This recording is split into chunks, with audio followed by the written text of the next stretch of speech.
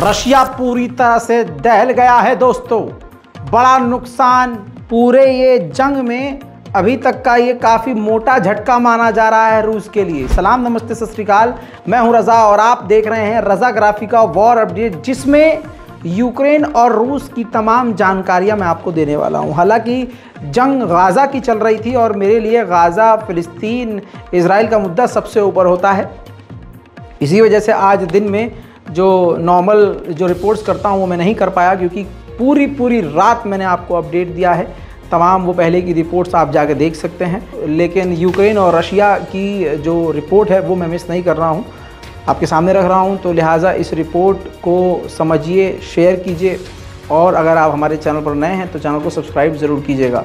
दोस्तों, आपको बताना चाहूँगा, रशिया के 2 fighter jet, advance fighter jet Su-34 और Su-35, इसके अलावा 2 अटैक हेलीकॉप्टर, ये लगभग 4 बड़े हवाई हमला करने वाले जो वायुयान थे, ये तेज़ी से रूस की तरफ से यूक्रेन पर हमला करने लुहांस्क के इलाके पर गए थे।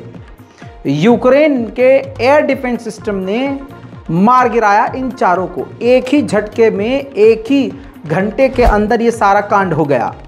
रूस के 2 फाइटर जेट और 2 हेलीकॉप्टर मार गिराए यूक्रेन ने। दोस्तों, अब इसी के साथ साथ इसी हमले में जो पायलट्स थे, क्रू मेंबर थे और जो हेलीकॉप्टर में सवार जो सोल्जर्स थे, सबको मिलाकर 9 रूसी सैनिकों की भी मौत हो गई। माल का भी नुकसान हुआ और जान का भी नुकसान हुआ। उन हेलीकॉप्टर्स और फाइटर जेट के मलबे बता रहे हैं कि रूस कितना दहल चुका है।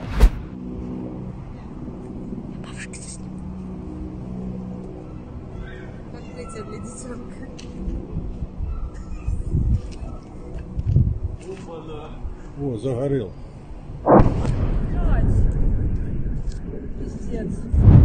अब मैं आपको दिखाऊं रूस का Su-35 एडवांस फाइटर जेट दहकता हुआ, जलता हुआ गिर रहा है।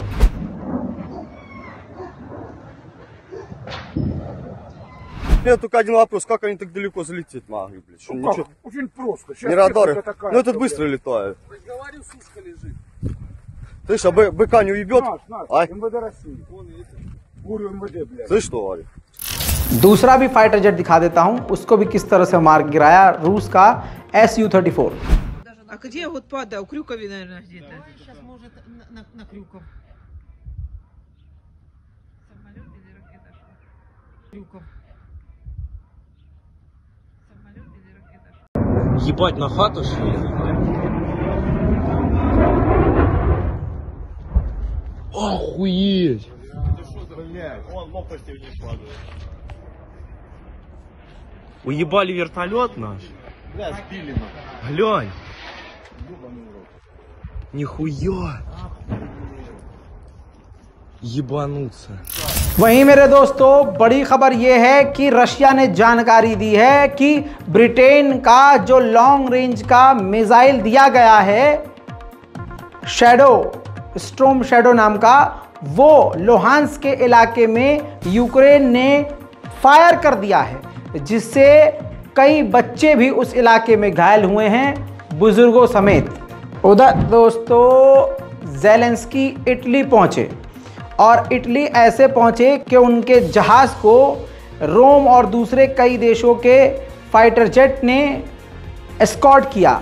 और जब ज़ेलेंस्की वहां पहुंचे रोम, तो पूरे के पूरे शहर का एयर स्पेस बंद कर दिया था कि कोई फाइटर जेट आके यहाँ हमला करके न चला जाए। साथ में जब वो उतरे हैं उस शहर में, कदम रखा है इटली के, तो उस पूरे शहर में कर्फ्यू जैसा माहौल था। देखिए,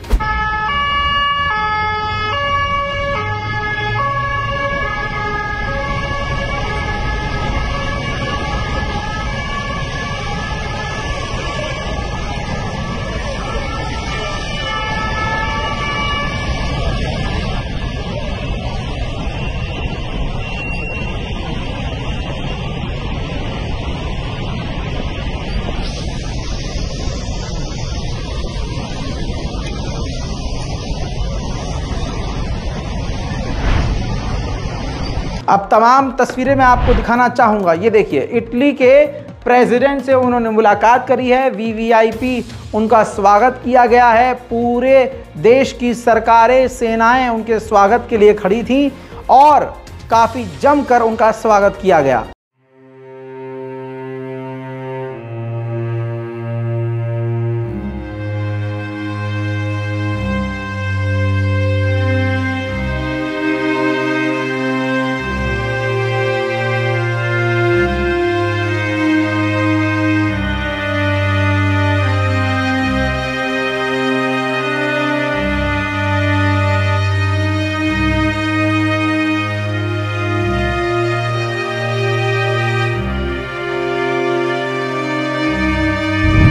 इसके अलावा उन्होंने वहीं पॉप फ्रांसिस से भी मुलाकात करी और पॉप फ्रांसिस से मुलाकात करके उन्होंने रिक्वेस्ट किया कि आप रूस की निंदा कीजिए और हमारे लोगों को जो किडनैप कर रहा है रशिया, आप उसका विरोध कीजिए और हमारा साथ दीजिए।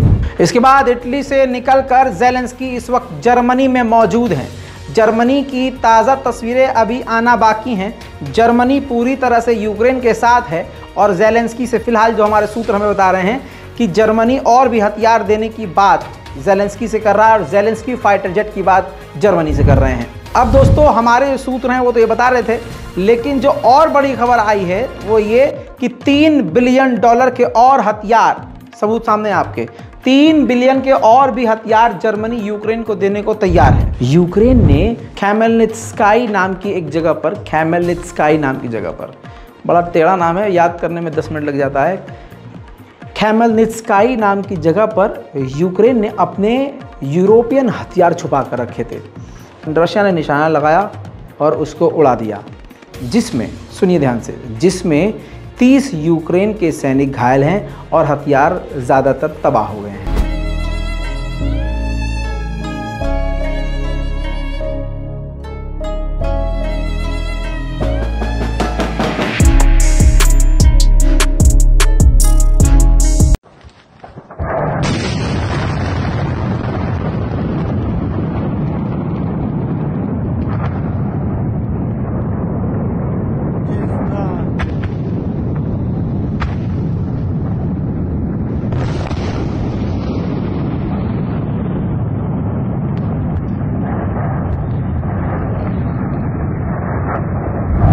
उधर व्लादिमीर पुतिन के दोस्त और पूर्व राष्ट्रपति दिमित्री ने कहा है कि यूक्रेन के प्रेसिडेंट ज़ेलेंस्की का अंत हिटलर की तरह होगा। दोस्तों, साउथ अफ्रीका पर अमेरिका ने इल्ज़ाम लगाया था, याद होगा, इसको मैं रोज़ कवर कर रहा हूँ स्पेशली। इल्ज़ाम ये लगाया था कि रूस को साउथ अफ्रीका ने हथियार दिए हैं। इस पर साउथ अफ्रीका भड़क गया था और कल मैंने आपको जानकारी दी थी कि अमेरिका के एम्बेसडर को समन भेज दिया था। अब वो हाजिर हुए और उनको काफ़ी लताड़ लगाई साउथ अफ्रीका के सरकार के द्वारा, बहुत खरी खोटी सुनाई, इतनी खरी खोटी सुनाई, इतना जलील किया गया कि अमेरिका के एम्बेसडर ने माफ़ी मांग ली कि भाई साहब मेरे मुंह से निकल गई, ऐसी बात नहीं है, हम आप पर कोई इल्ज़ाम लगा रहे, थोड़ा जबान फिसल गई। इसके बाद साउथ अफ्रीका ने और लताड़ लगाते हुए अमेरिका से कहा कि हमें कोई धमका नहीं सकता। स्विट्ज़रलैंड एक वाहिद ऐसा देश है जो 200 साल से न्यूट्रल था, न किसी के साथ था न किसी के विरोध में था, ना उसने हिटलर का साथ दिया था न सोवियत संघ का साथ दिया था। 200 साल बाद उसने ऐलान किया है कि वो यूक्रेन को हथियार देने के लिए तैयार है। दोस्तों, deputy of state of Doma, Doma एक रूस की जगह है, उनके डिप्टी कमांडर जो थे वो लोहांस्क के इलाके में मौजूद थे। यूक्रेन की बमबारी में बुरी तरह से घायल हो गए, जिनकी तस्वीर को शेयर करते हुए मजाक उड़ाया जा रहा है। अब रूस के हेलीकॉप्टर्स और फाइटर जेट पे इतना खौफ है कि वो ज़्यादा ऊंचाई पर नहीं उड़ रहे हैं, क्योंकि ज़्यादा ऊंचाई पर उड़ने से दूर से मिसाइल अटैक करके या एयर डिफेंस सिस्टम से मार गिराया जा सकता है। तो अपना दिमाग इस्तेमाल करते हुए रूस के हेलीकॉप्टर काफ़ी नीची उड़ान भर रहे हैं। अब CNN का दावा जो है वो काफ़ी डराने वाला है और रूस की कमज़ोरी वहाँ नज़र आ रही है। रूस कई जगह इस वक्त जो है झटका खा के बैठा हुआ है। जब पैट्रियट डिफेंस सिस्टम यूक्रेन को दिया तो तुरंत रशिया ने अपना किंजल हाइपरसोनिक मिसाइल उस पेट्रियट डिफेंस सिस्टम को उड़ाने के लिए दाग दी। रूस को पूरा यकीन था कि हम इस पेट्रियट डिफेंस सिस्टम को तबाह कर सकते हैं, लेकिन हो उसका उल्टा गया। पेट्रियट डिफेंस सिस्टम, अमेरिकी पेट्रियट डिफेंस सिस्टम ने रूस के हाइपरसोनिक मिसाइल को ही मार गिराया, जो रूस के लिए इस साल का बल्कि इस सदी का सबसे बड़ा झटका है। उधर ऑस्ट्रेलिया में मोटरसाइकिल रैली निकाली गई, जिसमें रूस के समर्थन में यह रैली निकाली गई थी।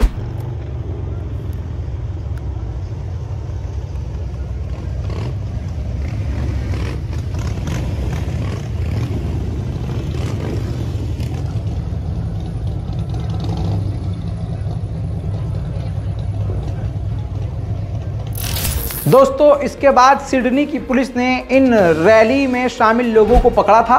ये देखिए, चेकिंग करी थी, इंक्वायरी करी थी। इन्होंने अपनी गाड़ी पर जेड का साइन लगाया हुआ था और रूस के झंडे और रूसी मिलिट्री जैसे कपड़े पहने हुए थे। टी शर्ट पर भी जेड लिखा हुआ था। तमाम चीज़ें ऐसी करी थी जिससे यूक्रेन और अमेरिका और यूरोप के देश चुड़ जाएं, लेकिन इन तमाम चेकिंग के बाद इनको रिहा भी कर दिया गया था, छोड़ दिया गया था। इसके बाद रूस ने यूक्रेन के इलाके की तरफ कई सारी कैलिबर मिसाइल दाग दी हैं।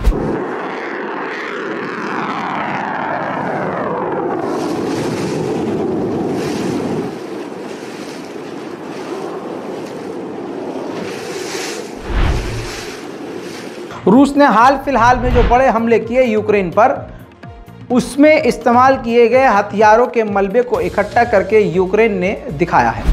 Ми зараз знаходимося в інституті КНІСЕ, де зібрані всі остатки того, що наші протиповітряні сили збили останнім часом на територію міста Києва і Київської області. Всі ці речі летіли на голови українців, на голови киян. І дякуючи нашим протиповітряним силам, вони були успішно збити. Ще раз велика подяка нашим партнерам, які... दोस्तों, जर्मनी ये प्लान कर रहा है कि किसी दूसरे देश से वो 18 लेपर्ड 2 टैंक खरीदेगा और यूक्रेन को दान दे देगा। पर पोलैंड ने बड़ी बात बताई है। पोलैंड ने कहा है कि बेलारूस की तरफ से हमारी तरफ एक गुब्बारा छोड़ा गया है, जो कि जासूसी गुब्बारा है, और बेलारूस रूस का साथी है, तो कुछ खिचड़ी पक रही है। उधर दोस्तों, इजराइल में उल्टा खेल हो रहा है। इजराइल में भी रूस के समर्थन में रैली निकाली जा रही है। לא מוצא חן בעיניו רוסים, יהודים או לא יודע מה, вокзал, чемодан, нахуй! Еще одну я скажу важную вещь. Ребята, гражданины Украины, вам здесь, в Израиле, ארץ מולדתי, אין לכם פה זכות, שלום הביתה. אין נאצים, אין פשיסטים, אין ז'ידה בנדרה. יש פה רק אך ורק... फ्रांस की राजधानी पेरिस में अब फ्रांस के लोग इतना जागरूक हो गए हैं कि यूरोपीय यूनियन के झंडे को काट रहे हैं, फाड़ रहे हैं, क्योंकि सारे फसाद की जड़ यही ग्रुप है, यूरोपीय union. Ce qu'on doit en faire, c'est-à-dire on le dégage. Voilà.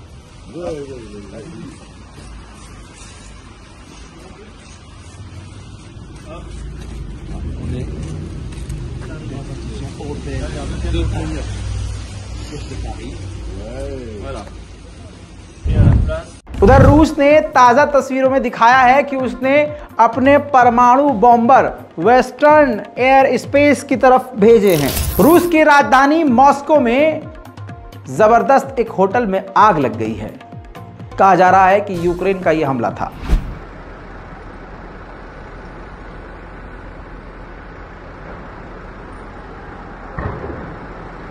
साथ ही यूक्रेन ने बताया कि 21 ईरानियन ड्रोन को रूस ने लॉन्च किया था, जिनमें से हमने 17 ड्रोन्स को मार गिराया। अहमद आर्मी चेचन की है और उसके हेड हैं रमजान कादिरोव। तो अहमद आर्मी की एनिवर्सरी थी, जिसको रमजान कादिरोव ने मनाया है, इनाम बांटे हैं, सर्टिफिकेट बांटे हैं, शाबाशी दी है। देखिए,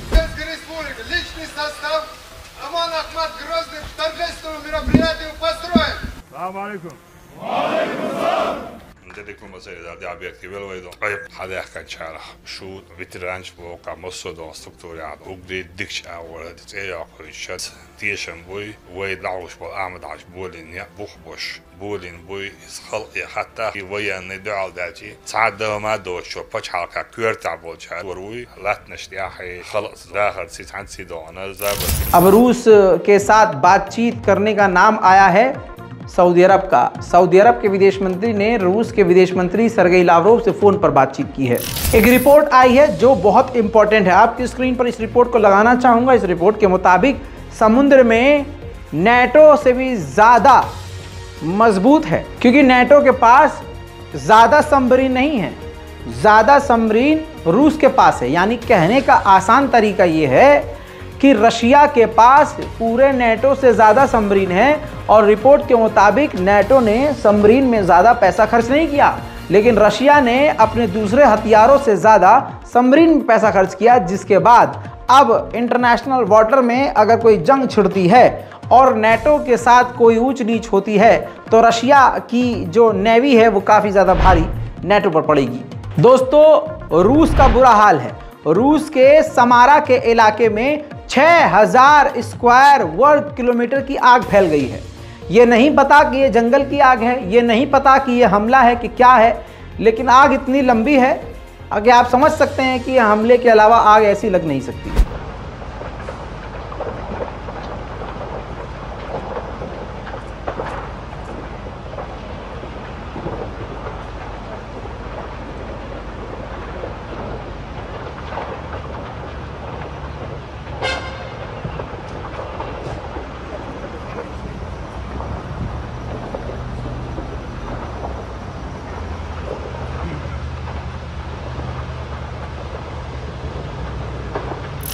दोस्तों, रूस ने एक बड़ी शिप बनाना शुरू कर दी है, जिसका इस्तेमाल वो करेगा ट्रेड करने के लिए, बिजनेस करने के लिए, वो भी ईरान के रास्ते से।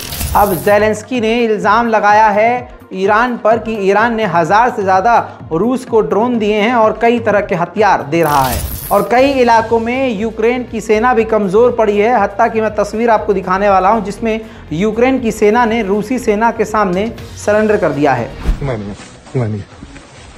Вот эти вот хлопчики предприняли попытку контрнаступа на позиции Донецкой Народной Республики. И вы теперь видите, что с ними произошло. Еще 4 сгорело там в боевой машине. Эвакуационная группа, которая хотела их вывести, бросила и развернулась и уехала обратно. И так будет с каждым, кто попытается провести контрнаступ на наши позиции. Отдельное спасибо волонтерам, которые дают нам средства разведки, наблюдения. बैखमत मैदान जंग बना हुआ है और ताज़ा तस्वीरें आप देखकर कांप जाएंगे। ऐसा लगेगा आपको कि ये किसी हॉरर फिल्म का सीन है, लेकिन ये असली है। देखिए,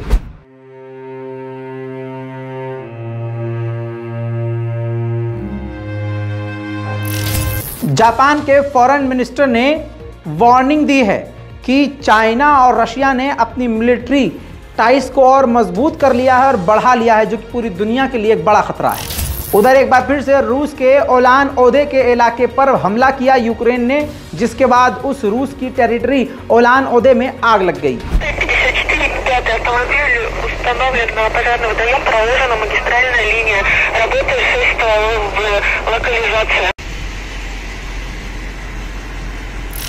उधर बैखमत पर भी यूक्रेन की पोजीशन पर रूस ने हमले किए।